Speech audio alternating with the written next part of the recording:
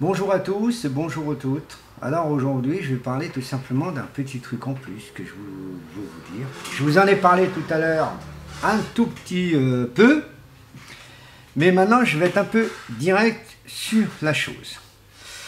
La vidéo va s'intituler "Le téléchargement est illégal". Point barre.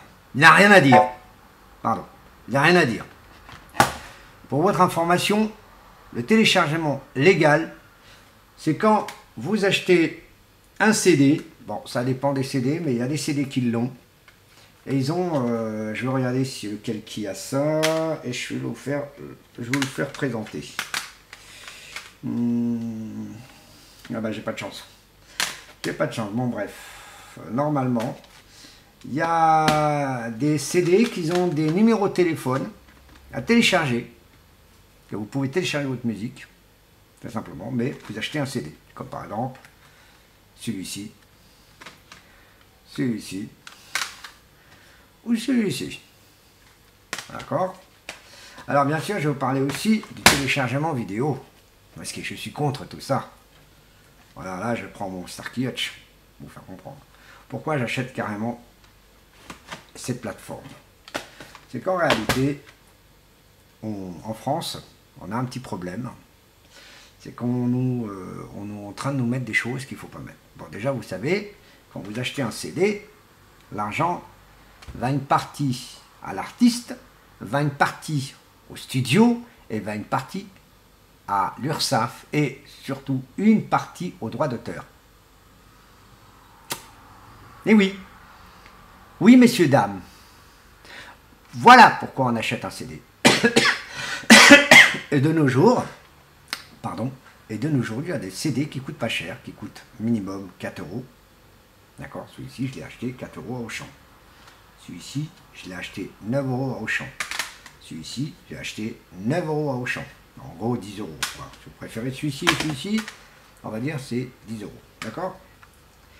Et encore, celui-là, non, je me suis trompé. Celui-là, c'est 6 euros, pardon. 6 euros, 7 euros, on va dire. D'accord? Je suis planté, hein, désolé. Et bien sûr, le film, après, ça dépend des magasins qui le font. À Auchan, il est à 9,99 €. À la Fnac, il est à 19 euros. D'accord? 19 ou 29 ou je sais plus, ça dépend. Après, c'est Blu-ray, c'est un peu plus cher. Bref, pour vous dire tout simplement, je suis contre, je ne vais pas parler de mes confrères méchamment, mais il faut que mes confrères comprennent que vous êtes un DJ, vous êtes un producteur de musique aussi, parce que si vous faites de la création musicale, comme les DJ créateurs de musique, pour votre information, si vos jours, vous sortez votre CD, votre musique, vous allez mettre directement sur Internet, gratuit, et vous allez gagner quoi? Des clopinettes. Vous croyez que David Guetta, il sort pas ça? Et là, je parle directement d'un artiste qui est con, oui, entre guillemets. Mais non, je suis désolé, il est plus intelligent que vous.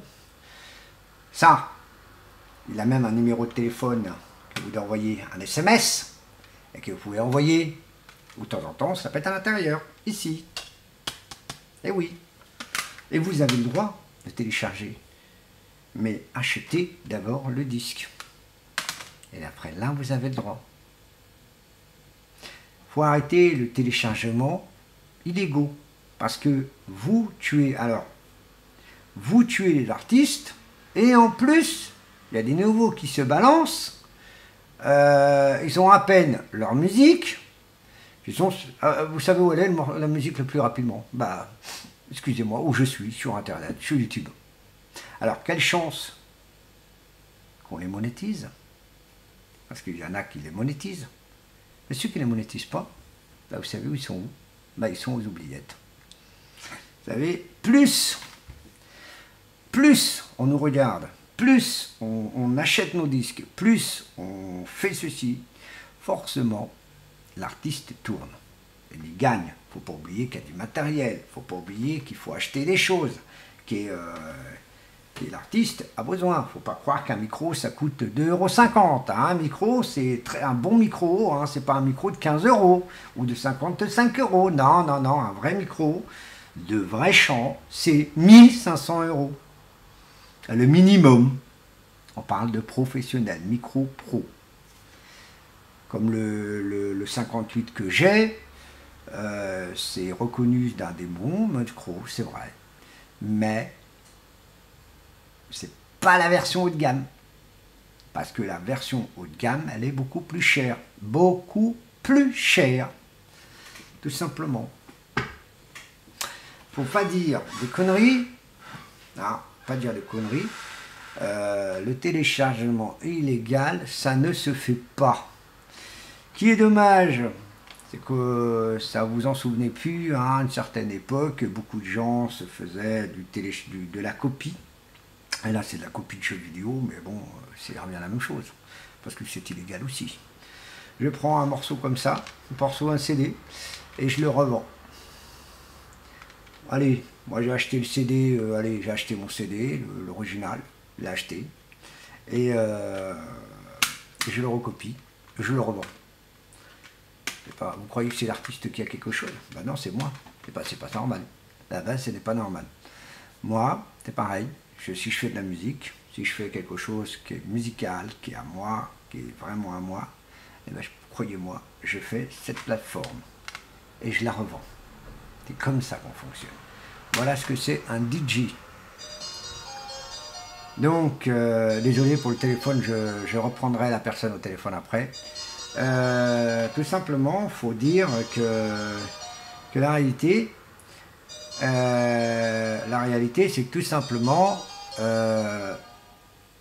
normalement, quand on est un artiste, quand on est DJ, quand on est compositeur, non, il faut arrêter le téléchargement illégal, il faut vraiment stopper cette histoire. Alors, pour le MP3, légal, comme ils disent, non, il n'est pas légal, il n'est pas si légal que ça. Pourquoi? Je vais vous expliquer. Vous avez le droit à télécharger combien de musique? Pour 9,99 €, parce que j'ai vu les prix. Hein. Pour 9,99 €, vous avez le droit de télécharger combien de musique? En illimité. Donc, il a combien d'artistes? Ben, 0. Ben non, avec 9 €, il ne va pas donner 5 centimes à chacun. Ben, il ne va rien donner du tout. Ça ne va même pas faire un centime. Parce que c'est, vous entendez bien, 9,99 € illimité. Donc, en gros français, il ne gagne rien. Non, il faut arrêter vos conneries. Tiens, faut stopper, faut commencer à apprendre. C'est vrai que c'est dur, mais vous avez le droit. Vous les DJ que vous aimez travailler en USB ou en tout de suite, achetez les CD et mettez sur votre ordinateur, mettez en dossier et mettez sur votre USB. C'est tout ce qu'il vous faut faire. C'est la seule chose que vous faites et c'est la seule chose que vous respectez les auteurs. Si vous êtes un vrai DJ, vous êtes comme ça. Si vous êtes des DJ que vous travaillez en MP3, en MP3, en MP3, en MP3, en MP3, en MP3, en MP3, en MP3, vous n'êtes pas le vrai DJ. Et vous ne serez jamais un vrai DJ. Un DJ doit respecter l'artiste. C'est ça un vrai DJ, messieurs, dames.